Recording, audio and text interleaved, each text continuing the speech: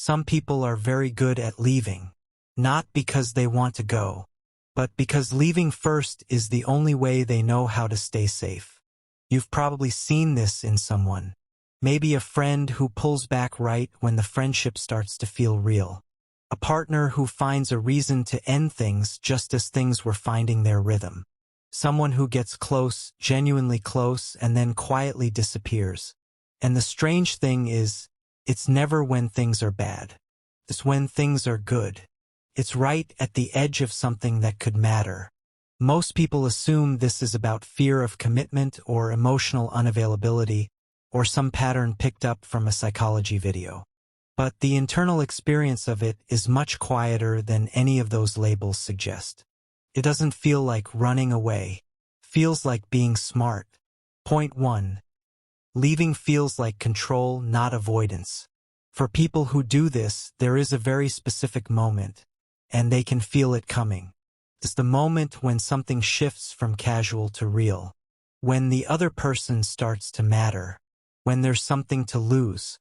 And right at that moment, a quiet alarm goes off. Not a loud one. Not panic.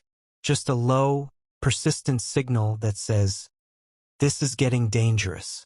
So they start to create distance. Small at first. A slower reply.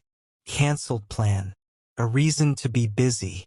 Not because they don't care, but because they care too much, and that caring feels like standing at the edge of something they could fall from. Leaving, for them, is not an absence of feeling. It's the direct result of feeling too much. Point 2. Somewhere they learned that good things end badly.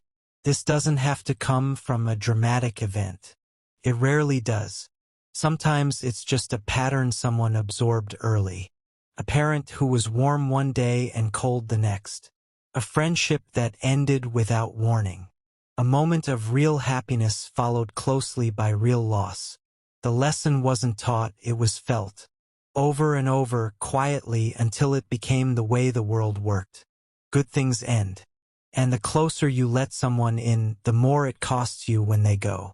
So the mind does what minds do. It tries to protect you. It develops a simple strategy. Don't wait for the ending. Write it yourself. Leave before you're left.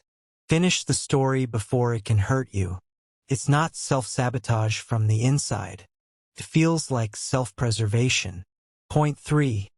The exit is rehearsed long before it happens. People who leave before it gets good rarely make the decision to leave in a single moment. The exit is prepared quietly over time. They leave small amounts of space in every connection. A part of themselves they don't share, a feeling they don't name, a door they keep slightly open to the outside. Not because they're dishonest, because unconsciously, they're already managing the distance they might one day need. If you've been on the other side of this, you've felt it. A sense that someone is both fully present and somehow not entirely there. Like they're with you but have one foot in a different room. They're not being cruel. They're being careful. The two things can look identical from the outside. Point 4. The grief is real, it just gets redirected. Here is the part that doesn't get said enough. People who leave before it gets good are not spared the pain. They carry it. They just carry it alone, in private, where it feels more manageable than if someone else were holding it too. They miss the thing they left, often deeply. They wonder sometimes what would have happened. They feel the weight of the door they closed. But in the quiet of that, there's also a relief because the ending was on their terms. And for someone who has felt powerless in endings before, that matters more than most people understand. The loneliness of this pattern is not nothing. There is a kind of life that gets built around managed distance, full enough to be comfortable but never quite full enough to feel whole. And most people living inside it know somewhere that something is missing. They just don't know yet how to want it without it frightening them. Point 5. The threshold is the hardest place to stay. For most people, when something gets good, the instinct is to lean in, to let it matter, to let it be real. But for some, the threshold, that exact moment when something tips from ordinary to meaningful, is the most uncomfortable place to stand. Not because they don't want what's on the other side, but because wanting something that much and then losing it has a particular kind of ache that they've decided they can't afford.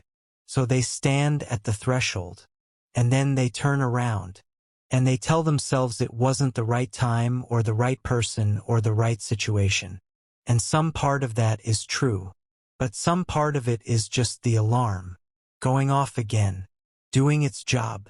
If you recognized yourself in any of this, not the version who got left, but the one who did the leaving, this isn't a judgment. It made sense once. Whatever you learned, wherever you learned it, it made sense at the time.